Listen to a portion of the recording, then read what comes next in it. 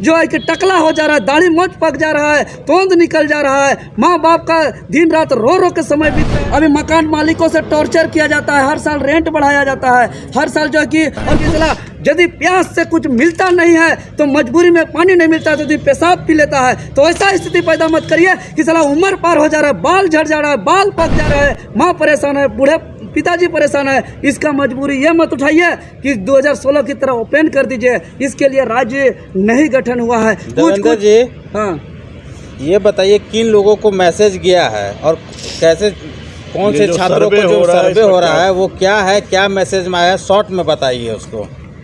Message यही है कि जो JSSC में फॉर्म भरा है जो भी छात्र, उसमें से 10-15% स्टूडेंट को मैसेज भेजा जा रहा है और एक रिकॉर्डेड कॉल, उसमें मुख्यमंत्री से बात नहीं होगा, मुख्यमंत्री का आवाज़ का एक रिकॉर्ड का कॉल जाएगा और उसमें आपको बोला जाएगा कि हम आप ही लोग के बीच की तरह हैं और हम जो है कि राय मांग रहे हैं कि पहला सत्र में 27% आरक्षण को पारित करके खतियान आधारित नियोजन नीति पारित करके जो है कि 5 लाख नौकरी देंगे। और अभी एक नीति नहीं बना पाया और अभी कह रहे हैं बड़ा मैंने गोपनीय तरीके से कि अगर जब तक लागू नहीं होता है नवीं अनुसूची में तब तक हम 2016 से पहले का नियोजन के आधार पर करेंगे। हाय रे हाय मुख्यमंत्री, शर्म आना चाहिए। 2016 से पहले का नियोजन नीति का नाम लेने को लेकर के 2016 का नियोजन नीति क्या है? 2016 का नियोजन नीति 50% सीट को हटा गया है। 50% सीट झारखंडियों के लिए और 50% सीट गैर झारखंडियों के लिए। और जो गैर झारखंडियों के लिए होगा उसको कोई कागज नहीं, कोई कटअप नहीं, कोई पेपर नहीं। और झारखंडी जो 50% जो पढ़ लिख के जो सब चीज़ रट लिए हैं, सब चीज़ तैयारी कर लिए हैं, उसको ऑफिस दौड़ना होगा, उसको स्थानीय बनाना है, जाति प्रमाण पत्र बनाना है, तरह तरह का उसको पेपर बनाना है, तब जाके उसको बैठने मिलेगा।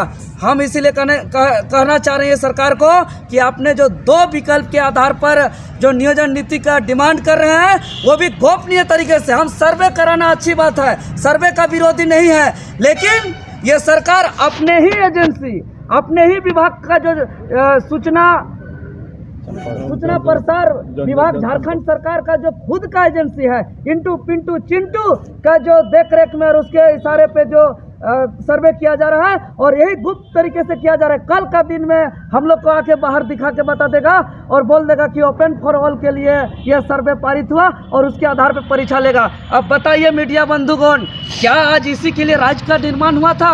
हम लोगों ने शुरू से बोल रहा था कि ये नियोजन नीति बनाइए और झारखंड हित में नौकरी लीजिए, लेकिन इसको यहाँ का दुख तकलीफ पीड़ा तकलीफ से कोई मतलब नहीं है ये सरकार को। और एक साजिश और षड्यंत्र के तहत झारखंड के जो सरकारी पद हैं जिसमें झारखंड के पढ़े लिखे नौजवान को जो तैयारी कर रहे हैं उसको नज़रअंदाज करके बाहर के राज्यों को यहाँ के नौकरियों को बेचने का साजिश रचा जा रहा है। ये बहुत गलत है, हम जान रहे हैं, सब कोई भली भांति जानते हैं। अगर बाहर राज्य के छात्र आएंगे कितना दुर्भाग्य होगा इस राज्य के अंदर। बाहर राज्य के आएंगे तो सेटिंग गेटिंग होगा। अब तमाम हम प्रैक्टिकली आधार पे बोलते हैं, कोई भी हम लोग को एक पढ़ने वाले छात्र हैं, हम लोग को राजनीतिक से कोई मतलब नहीं है, हम लोग दिल से चाहते हैं परीक्षा हो, लेकिन हम लोग जरूर एक इच्छा रखते हैं कि चूँकि देश 28 राज्यों का संघ है और 28 राज्यों में अपने अपने राज्यों में अपने अपने राज्य के छात्रों के लिए नौकरी का प्रावधान है।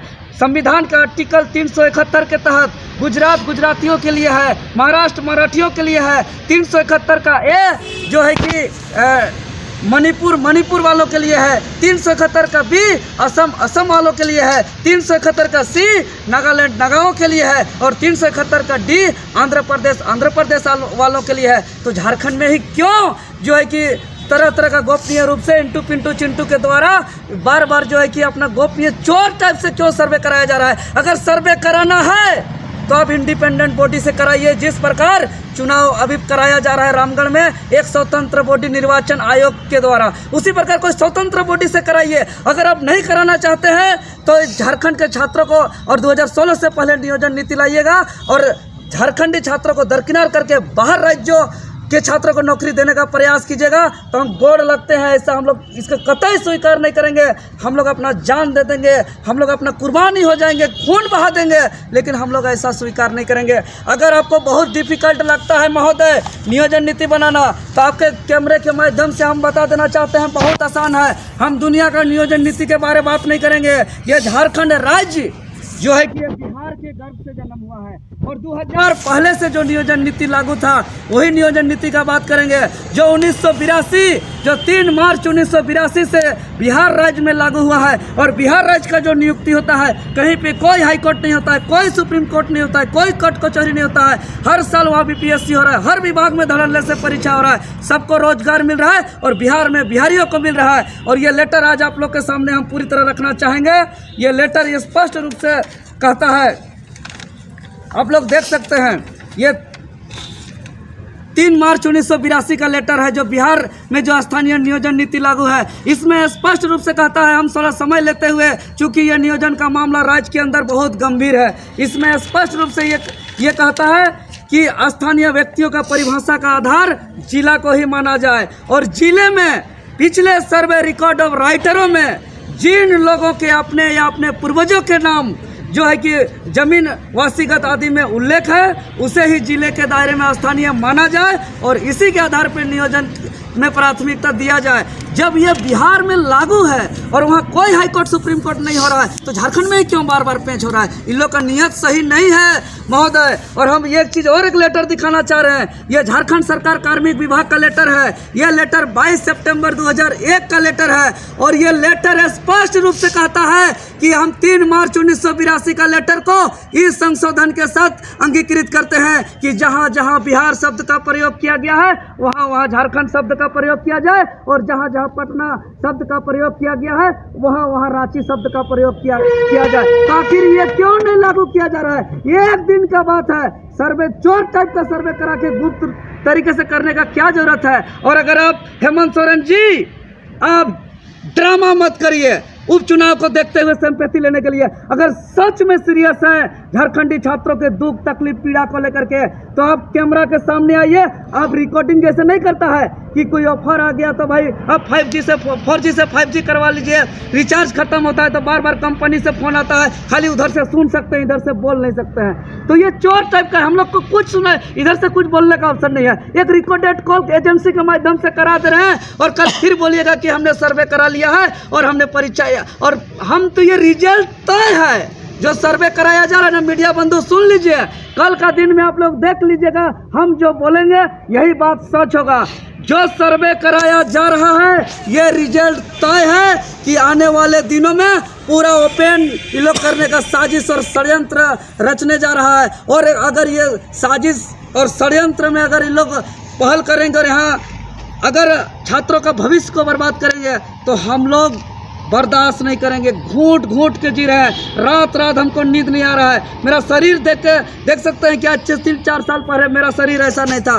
2 बजे 3 बजे तक हमको नींद नहीं आता है। ऐसा जी के कोई फायदा नहीं। अगर हमको अभी नोटिस भी भेजा गया, 10 को धारा लगाया गया है, इसी वक्त हमको नोटिस भेजा जा रहा है और ऐसा कोई ऐसा धारा नहीं। सब वकील लोग हम कानूनी सलाह ले रहे हैं, अरे यार तुमको तो ऐसा धारा लगाया है, कुछ नहीं छोड़ा है तुमको तो वो धारा लगाया है जो बड़ा बड़ा नक्सली और आतंकवादी पे नहीं लगता है। तो क्या हम आतंकवादी हैं? क्या हम नक्सली हैं? और अभी के समय में हमको नोटिस भेजने का मतलब यही है कि यहाँ ओपन होगा, नियोजन नीति को लेकर के ईमानदारी से ही संघर्ष करता है, लड़ाई लड़ता है छात्रों के लिए। इसी को कमजोर कर दो, इसी को अंदर कर दो।